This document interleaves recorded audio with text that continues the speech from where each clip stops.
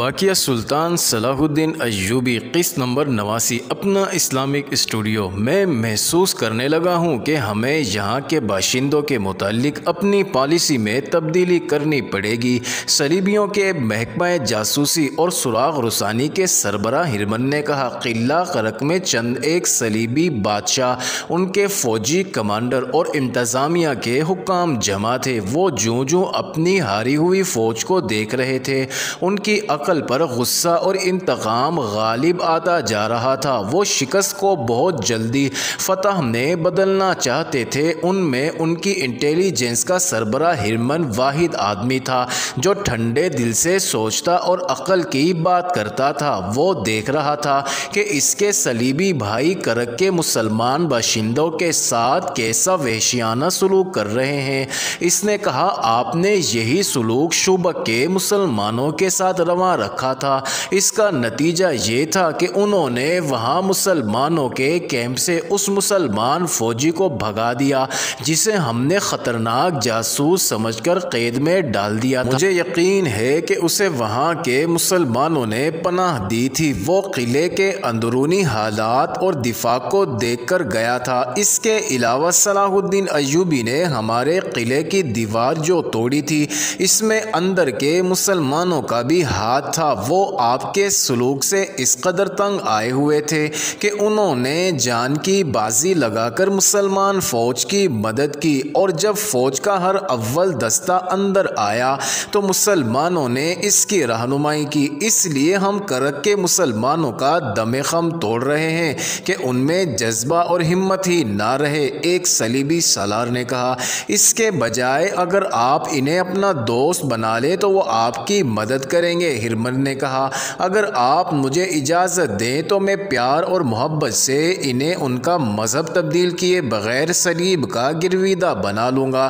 میں انہیں مسلمانوں کو مسلمانوں کے خلاف لڑا دوں گا۔ تم بھول رہے ہو ہرمن، ایک مشہور صلیبی بادشاہ ریمانڈ نے کہا، تم چند ایک مسلمانوں کو لالچ دے کر انہیں غدار بنا سکتے ہو، مگر ہر ایک مسلمان کو اسلامی فوج کے خلاف نہیں کر سکتے۔ پوری قوم غدار نہیں ہو سکتی۔ ہرمن، تم ان لوگوں پر اتنا بھروسہ نہ کرو۔ ہم انہیں دوست نہیں بنانا چاہتے، ہم ان کی نسل ختم کرنا چاہتے ہیں۔ کوئی بھی غیر مسلم کسی مسلمان کے ساتھ محبت کرتا ہے تو اس کا مطلب یہ ہے کہ وہ اسلام سے محبت کرتا ہے، جبکہ ہمارا مقصد اسلام کا خاتمہ ہے۔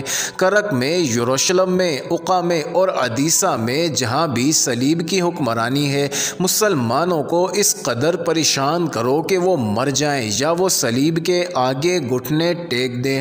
مسلمانوں کے ساتھ جو کچھ ہو رہا ہے وہ صلاح الدین ایوبی کو باقاعدہ معلوم ہوتا جا رہا ہے۔ ہرمن نے کہا، آپ اسے اکسا رہے ہیں کہ وہ قرق پر جلدی حملہ کرے۔ آپ یہ بھول رہے ہیں کہ ہماری فوج فوری حملے کے آگے ٹھہرنے کے قابل نہیں۔ اس کا حل یہ نہیں کہ ہم مسلمان باشندوں کو سر پر بٹھا لیں۔ فلپ آگسٹن نے کہا، آپ لوگ مسلمان جنگی قیدیوں کو ابھی تک پال رہے ہیں، انہیں قتل کیوں نہیں کر دیتے؟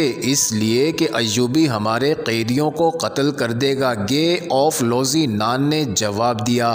ہمارے پاس مسلمانوں کے کل 361 جنگی قیدی ہیں، مسلمانوں کے پاس ہمارے 1275 قیدی ہیں۔ کیا ہم ایک مسلمان کو مارنے کے لیے 4 صلیبی نہیں مروا سکتے؟ آگسٹن نے کہا، ہمارے وہ قیدی جو صلاح الدین ایوبی کے پاس ہیں بزدل تھے، وہ لڑنے کی بجائے قید ہوئے، وہ زندہ رہنا چاہتے تھے، وہ مسلمانوں کے ہاتھوں مر جائیں تو اچھا ہے۔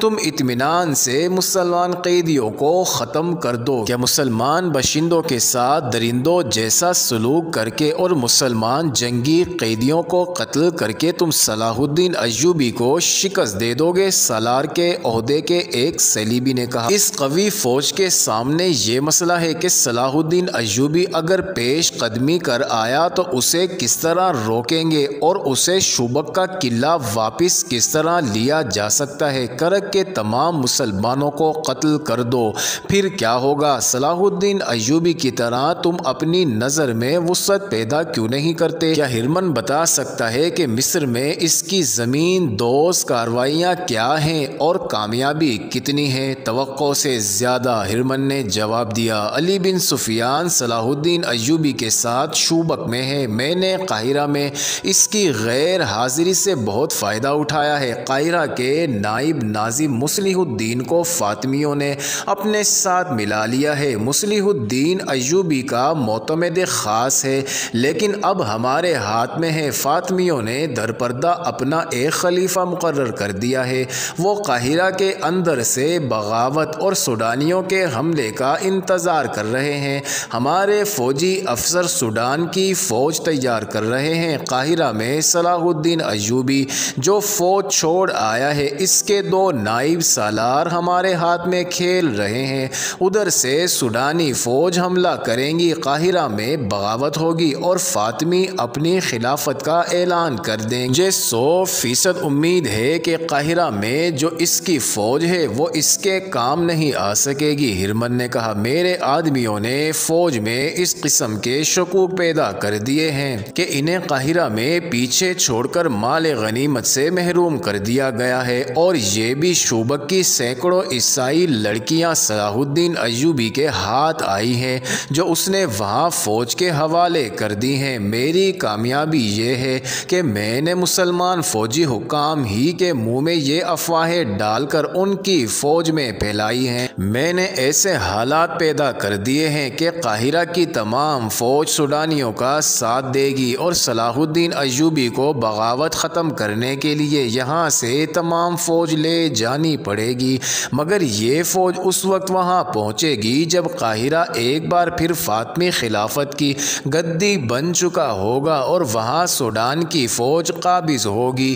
ضروری نہیں کہ ہم یہاں صلاح الدین ایوبی پر حملہ کریں اور اسے روکیں، ہم اسے بھٹکنے کے لیے کھلا چھوڑ دیں گے، ہم اسے مسلمانوں کے ہاتھوں مروائیں گے۔ ہرمن نے زور دے کر کہا، آپ ابھی تک مسلمانوں کی نفسیات نہیں سمجھ سکے، یہی وجہ ہے کہ آپ میری بعض کارگر باتیں نظر انداز کر دیتے ہیں۔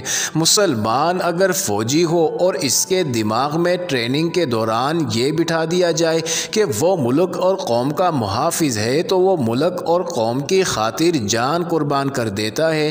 دنیا کی بادشاہی اس کے قدموں میں رکھ دو، وہ سپاہی رہنا پسند کرے گا، قوم سے غداری نہیں کرے گا۔ اگر اسی فوجی میں جنسی لذت، شراب نوشی اور عہدوں کی خواہش پیدا کر دو تو وہ اپنا مذہب بھی داؤ پر لگا دیتا ہے۔ ہم نے جن مسلمان فوجی حکام کو اپنے ساتھ ملایا ہے ان میں یہی خامیاں پیدا کی تھی اور کر رہے ہیں، مگر فوجی کو غدار بنانا آسان نہیں جتنا انتظامیہ کے حکام کو اپنے ہاتھ میں لینا آسان ہے۔ ہرمن نے کہا، انتظامیہ کے ہر حاکم میں امراء اور وزراء کی صف میں آنے کی شدید خواہش ہوتی ہے، وہ لوگوں پر بادشاہ بننے کا خبت سوار ہے۔ مسلمانوں کی تاریخ دیکھیں، اس کے رسول صلی اللہ علیہ وسلم کے بعد یہ لوگ خلافت پر ایک دوسرے سے لڑتے رہے، ان کے جرنیلوں نے نہایت دیانت داری سے اپنا کام جاری رکھا، وہ دوسرے ملکوں کو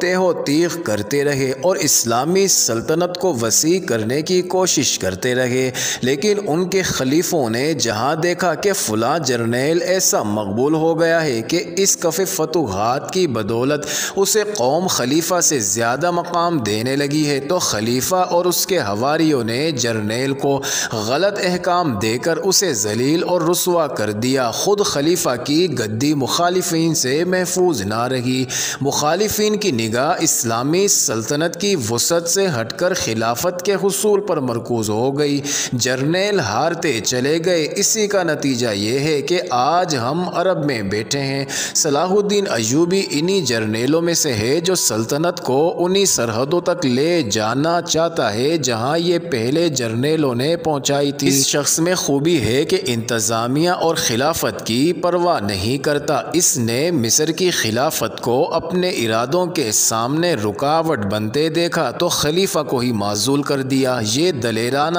اقدام اس نے فوجی طاقت اور اپنی فہم و فراست کے بل بوتے پر اٹھایا تھا۔ ہرمن بولتا جا رہا تھا، تمام حکمران اور صلیبی کمانڈر ان حماق سے سن رہے تھے۔ وہ کہہ رہا تھا، صلاح الدین ایوبی اپنی قوم کی اس کمزوری کو سمجھ گیا ہے کہ غیر فوجی قیادت گدی کی خواہش مند ہے اور یہ خواہش ایسی ہے جو کہ زن اور زر پرستی اور شراب نوشی جیسی عادتیں پیدا کرتی ہے۔ ہم نے صرف ان فوجی افسروں کو ہاتھ میں لیا ہے جو اقتدار کے خواہش مند ہیں، اسی لیے ہم زیادہ تر اثر انتظامیہ کے سربراہوں پر ڈال رہے ہیں۔ فوج کو کمزور کرنے کا طریقہ یہ ہے کہ اسے لوگوں کی نظروں میں رسوا کر دیا جائے۔ یہ کام میرا ہے جو میں کر رہا ہوں، آپ شاید میری تائید نہ کریں، لیکن میں آپ کو بتا دینا چاہتا ہوں کہ آپ صلاح الدین ایوبی کو میدان جنگ میں آسانی سے شکست نہیں دے سکتے۔ وہ صرف لڑنے کے لیے نہیں لڑتا، اس کے عزم کی بنیاد ایک ایسے منصوبے پر ہے جسے اس کی ساری فوج سمجھتی ہے۔ اس کی بنیادی خوبی ہے کہ وہ اپنے خلیفہ سے یا غیر فوجی قیادت سے حکم نہیں لیتا، وہ کٹر مسلمان ہے۔ وہ کہتا ہے میں خدا اور قرآن پاک سے حکم لیتا ہوں۔ میرے جو جاسوس بغداد میں ہیں انہوں نے اطلاع دی ہے کہ صلاح الدین ایوبی نے نور الدین زنگی کو ساتھ ملا کر یہاں سے انقلابی تجاویز بھیجی ہیں جن پر عمل درآمد شروع ہو گیا ہے۔ ایک یہ ہے کہ امیر العلماء سے یہ فتویٰ صادر کرایا گیا ہے کہ خلافت صرف ایک ہی ہوگی اور یہ بغداد کی خلافت ہوگی۔ یہ خلافت دوسرے ممالک کے متعلق احکام نافذ کرنے اور سمجھوتوں کی بات چیت کرنے سے پہلے اعلیٰ فوجی قیادت سے منظوری لے گی۔ جنگی امور فوجی حکام کے ہاتھ میں ہوں گے۔ خلیفہ دور دراز علاقوں میں لڑنے والے جرنیلوں کو کوئی حکم نہیں بھیج سکتا۔ تیسرے یہ کہ خلیفہ کا نام خطبے میں نہیں لیا جائے گا، اور خلافت کا اثر و رسوخ ختم کرنے کے لیے صلاح الدین ایوبی نے حکم جاری کرا دیا ہے کہ خلیفہ یا اس کے نائب یا کوئی قلعہ دار وغیرہ جب دورے وغیرہ کے لیے باہر نکلیں گے تو لوگوں کو راستے میں کھڑے ہوئے نعرے لگانے اور سلام کرنے کی اجازت نہیں ہوگی۔ معزز ناظرین، یہ انٹرسٹنگ ویڈیو جاری ہے، اگلی ویڈیو کس نمبر 90 میں دیکھنا مت بھولیے گا۔